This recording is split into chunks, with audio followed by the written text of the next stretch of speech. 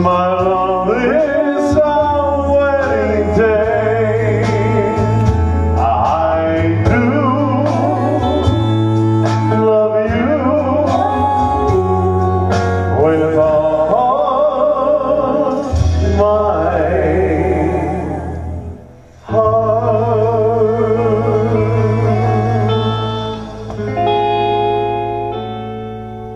Et qui donne cette demoiselle en mariage? Ado Elvis. Ouais. Merci beaucoup. Il n'y a pas de quoi. Vous pouvez rester comme où vous êtes, hein, puisque... Bon, mais nous sommes ici ce soir dans la présence de ces témoins, dans la présence de Dieu, pour joindre Fabien et Claire en mariage. Fabien, prenez-vous Claire pour épouse, promettez-vous de l'aimer, de la chérir, en reniant toute autre femme, la garder pour vous jusqu'à la fin de vos jours. Oui.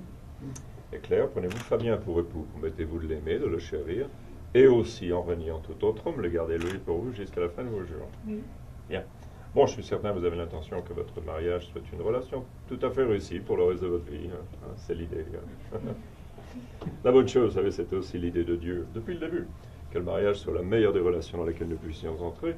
Il lui a donc donné le potentiel pour le plus de bonheur. Et à cette fin, il nous a donné un mode d'emploi, pour pas que nous fassions trop de bêtises, que nous finissions misérables. Hein. C'est assez compliqué, ça. Jamais personne ne se met dans cette position avec l'intention de louper. Vous voyez ce que je veux dire?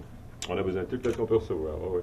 Parce que Dieu a créé l'homme et la femme différemment, pas seulement à l'extérieur, mais spécialement là-haut. Et c'est notre manque d'attention aux conséquences de cela et à ses buts à travers ces différences. Il y a beaucoup de problèmes qui rentrent dans les mariages parce que ça se traduit en besoins de base qui sont différents mais qui doivent être remplis. Et vu que nous ne pouvons pas les remplir par nous-mêmes, il faut bien que quelqu'un le fasse pour nous. Et nous finissons par nous marier, vous voyez. Eh oui. Votre femme attend que vous remplissiez ses besoins pendant toute sa vie, monsieur. Et mademoiselle, la même chose de votre part. Donc, la première leçon que nous devons apprendre à propos du mariage, mais alors bien la digérer, hein, c'est que nous n'y rentrons pas principalement parce que nous allons sortir pour nous-mêmes en premier, vous voyez. Et parce que nous allons apporter pour le bien-être de l'autre en premier. Comme ça, la paix est gardée à la maison, vous voyez. Oui, parce que quand ces besoins ne sont pas remplis l'un par l'autre, que les problèmes commenceront dans le ménage. C'est comme ça que ça va. Alors, vu que Dieu ne nous veut pas malheureux, il nous a donné dans la Bible tout ce que nous avons besoin de savoir à propos de ça. Il nous a construit, c'est comment on marche. Et un des plus grands besoins de votre femme que vous devez remplir pendant toute sa vie, si même peut-être pas son plus grand besoin, c'est qu'elle reste toujours en sécurité complète de et dans votre amour. Que vous ne lui donniez jamais l'opportunité d'en douter. Oui. Beaucoup de raisons dans la vie, mais aussi le plus vous allez l'aimer, le plus elle va s'épanouir. Donc elle a besoin, en comparaison de nous, d'une surdose d'amour. La femme en retour est commandée par Dieu dans la Bible de respecter le mari, pas parce qu'il est meilleur ou plus important que vous, bien sûr, mais parce qu'il y a des besoins de base différents qui doivent être remplis. Et plus que ça, le plus il est respecté, le plus on a confiance en lui, le plus il s'épanouit, vous voyez.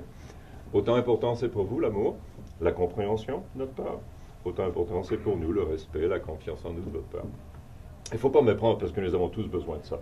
En fait, c'est pourquoi le plus vous donnez l'un à l'autre de tous les deux côtés, le mieux c'est. Donc l'idée n'est certainement pas que les dames méritent moins de respect que nous dans l'économie de Dieu. Comment qu'ils le pensent que ça veut dire?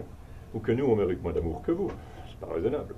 L'idée est ici, à cause de ces besoins de base que Dieu a mis en nous, afin que nous puissions nous compléter pour une chose, et plusieurs autres exemples qui sont très importants à comprendre. Besoins qui doivent être remplis. Les réactions négatives commencent à se manifester quand ils ne le sont pas. Hein, c'est simple. Hein. Donc, aimez-vous les uns les autres, comme on dit, oui. Le plus d'amour donné de chaque côté, ouais, ça remplit vraiment le mariage. Parce que l'amour, la définition de la Bible de l'amour, c'est totalement altruiste. En fait, le mariage est une école d'altruisme. Des fois, c'est les classes dans l'altruisme. Plutôt on comprend ça, le mieux c'est. Et le mariage devient de meilleur en meilleur au fur des années. Donc je vous encourage les deux, priez tous les deux, priez l'un pour l'autre. Étudiez votre mode d'emploi pour vous-même. Hein, la Bible, vous ne serez jamais déçus pour ça. Tout ce qu'on a besoin pour la vie, c'est là-dedans. Celle-ci et la prochaine. Trop de religiosité, la valeur passe, c'est Dieu.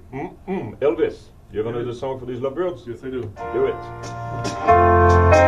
I needed you in blue Hawaii. The night is early, and you are heaven to me. Lovely you in blue Hawaii.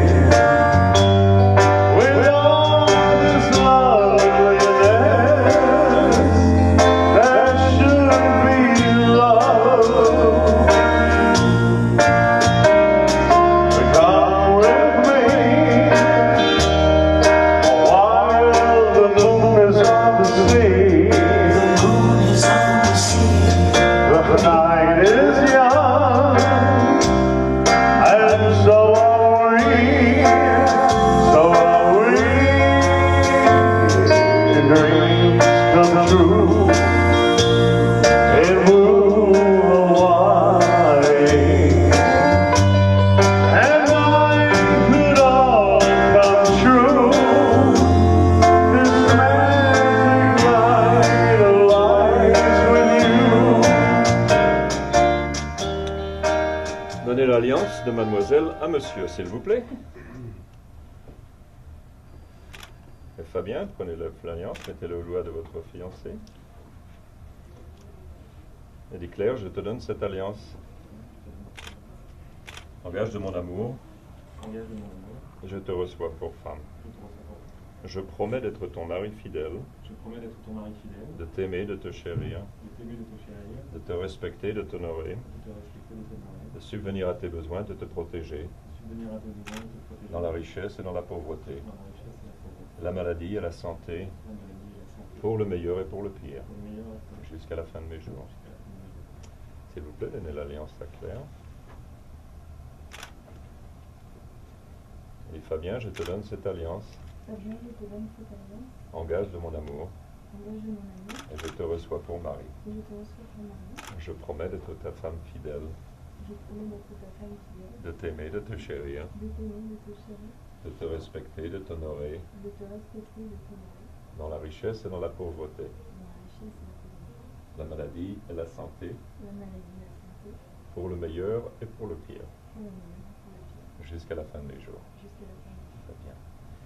Eh bien, Fabien et Claire, après avoir entendu les paroles que vous venez d'échanger, dans la présence de ces témoins et dans la présence de Dieu, par l'autorité qui m'est donnée en tant que ministre de la bonne nouvelle de notre Sauveur Jésus-Christ, le Fils du Dieu vivant, ressuscité des morts, les lois de l'État du Nevada, je prononce ce que vous êtes maintenant déjà, mari et femme. Embrassez votre femme, monsieur, et on applaudit les amoureux.